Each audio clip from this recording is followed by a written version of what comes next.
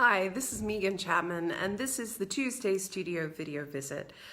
Thank you for joining me this week. I hope you enjoyed last week's video visit where we just took some time to look at a few pieces of work and ask some questions. If you missed it, go back to last week's video visit and have a look. It has been a very productive time in the studio, as you know, and I'm going to keep talking about them. I'm going to keep sharing them. As you know, I have done the series for Bicycles for Refugees. These are the remaining pieces of Bicycles for Refugees pieces. Again, 4 have sold and those are available. I'm toying with the idea of perhaps creating an online shop so that people can easily access these, and also so it's more easily shareable for people who maybe don't follow my page or don't follow me personally on the social media. So remember, those Bicycle for Refugee pieces, they're $135, and then I donate £55 to the charity, which puts a bicycle, a lock, a light, and a helmet into the hands of a new Scot and gives them free transportation, which is vital and so very important as they make their new life here in Scotland. So please continue to share my blog post about that. That was, I think, 2 weeks ago. Share some photos, keep it fresh. For those of you who have purchased Bicycles for Refugees pieces, whether it was last spring or just recently, thank you so much. Please share the word. Share the word that you've supported this project, and and we can then all become ambassadors for the brilliant work that Bicycles for Refugees is doing. Besides the Bicycles for Refugees pieces, so there was 19 pieces in total, 15 pieces remain. I also did these small works on, it's not cardboard, but it's sort of like board paper. And so there are 6 of these that have been recessed in these frames. So I have these works, which I haven't yet shared on my art page. I've shared them on my personal page, but not on my art page. So I've just created those works.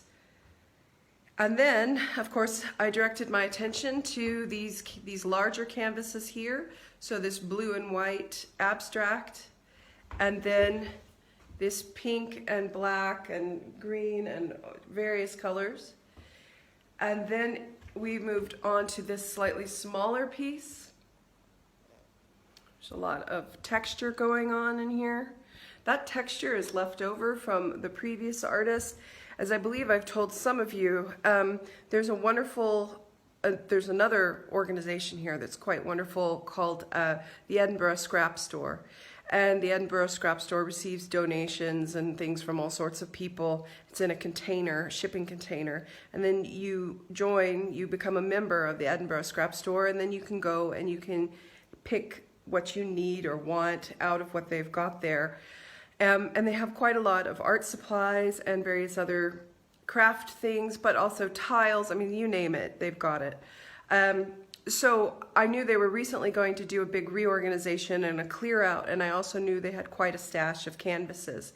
So I asked them if I could come by and take some canvases off their hands before they organized everything.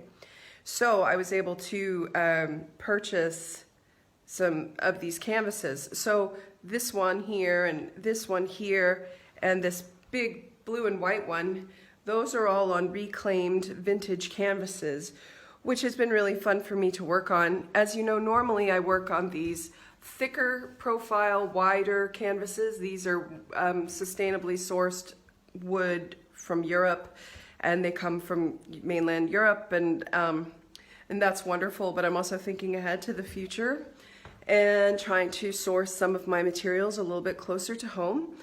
And so that's where these canvases came in. And plus I also wanted to support the upcycling aspect of the scrap store. I really think it's a wonderful concept.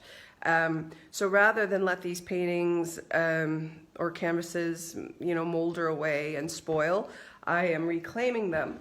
So if you notice some heavier kind of impasto sort of texture, that I have used in the past, but I haven't used it in a long time. That's because I'm painting over another artist's work.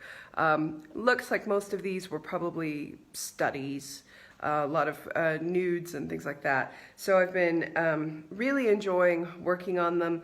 Sometimes the quality of the older canvas, especially from like the 50s or 60s, is really wonderful. It's kind of knobby and nubby and more linen-like. Some of these are partially linen.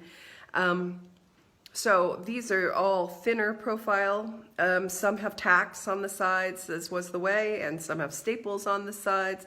So these are the types of things that you would probably want to take to a framer, or if you don't care, you know, have that rough and tumble look.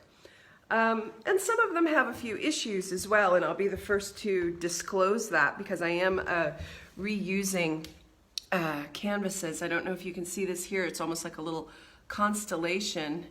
Those are a few little holes, and so 1, 2, 3, and then there's another one over here, like a tiny little boop, boop, boop. And it really doesn't bother me. I've just painted over it. I could patch it up from back if I thought it was going to really be a detriment to the longevity of the painting, but I don't, and I actually don't really mind those little boop, boop, boops. It kind of works with the thing. So reusing these materials is sort of in line with some of my values, and also giving these new canvases a new life, just similar to what I do with the old books, giving the old books a new life, things that are discarded. I've said it a long time ago, I love the broken things best, or I like the broken things best, and that is true. There's something so nice about something that's already been sort of used, lived in, and can be repurposed and reused. So, also, the light, of course, the light. Here, let me move this away. Yeah, that's better. Just so you can see some of that texture, some of that line. I'm really having a good time with these pieces. And there's a lot more to it. A lot more to the reasons behind these pieces, what I'm going for, what I'm exploring. But for now, I'm not really going to put that into words too much. I'm just going to enjoy it. And so I've got another canvas right over here with its face to the wall, because of course it does have a painting on it. And I'm going to be getting ready to get that started. So that's what's happening in the studio, a real kind of late burst of energy to close out the year. And that feels really good. And I'm really enjoying working on these paintings. There's a lot going on. And yeah, that's all I'm going to say about that for now. I hope you're well, happy, and inspired wherever you are. I hope you enjoyed the visit so you could see this last burst of sort of the year's activity.